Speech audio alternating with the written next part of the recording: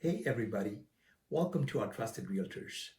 This video is on the first-time homebuyers plan.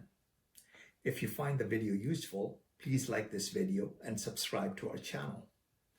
The first-time homebuyers plan allows qualified first-time buyers to withdraw up to $35,000 tax-free from their RRSPs to purchase or build a home.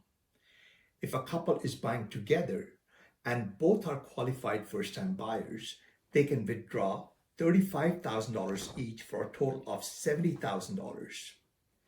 To be eligible for first-time homebuyers plan, you must be a Canadian resident, be considered a first-time homebuyer, not have owned a home within the past 4 years, intend on living in the home within 1 year of buying or building it, not own the home for more than 30 days before making the withdrawal, and close the sale before October 1st of the year you made the withdrawal.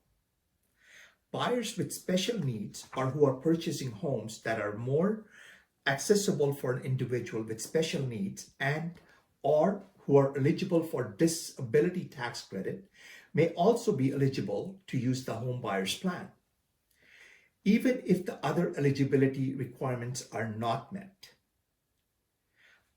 Withdrawing from an RRSP after the agreement of purchase and sale is finalized, you can fill out Form T1036, take it to the financial institution that holds your RRSPs, and withdraw the amount you need for your down payment. To withdraw funds from your RRSPs using first-time homebuyers plan, you must print a copy of Form T1036, fill out Section 1 yourself, then bring the form to the financial institution that holds your RRSPs so that they can fill in Section 2 and make your withdrawal.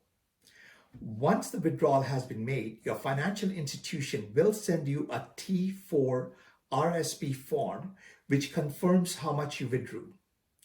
You'll need to reference this form in the income tax return for the year you made your withdrawal. The home buyer's plan is considered a loan and it must be repaid. Repayment begins 1 year after your withdrawal, and the full amount must be paid off within 15 years of that date in equal installments, that is 1/15 every year. If a condition is not met after you have made the withdrawal, you will have to claim the amount as income on your personal income taxes, and you will pay tax on it. If you've already submitted an assessment for the year you made the withdrawal, you will be required to submit a reassessment. Please feel free to call me, Sanjiv, at 416-409-9090 if you have any questions about the first-time homebuyers plan. Thank you for your time and have a great day.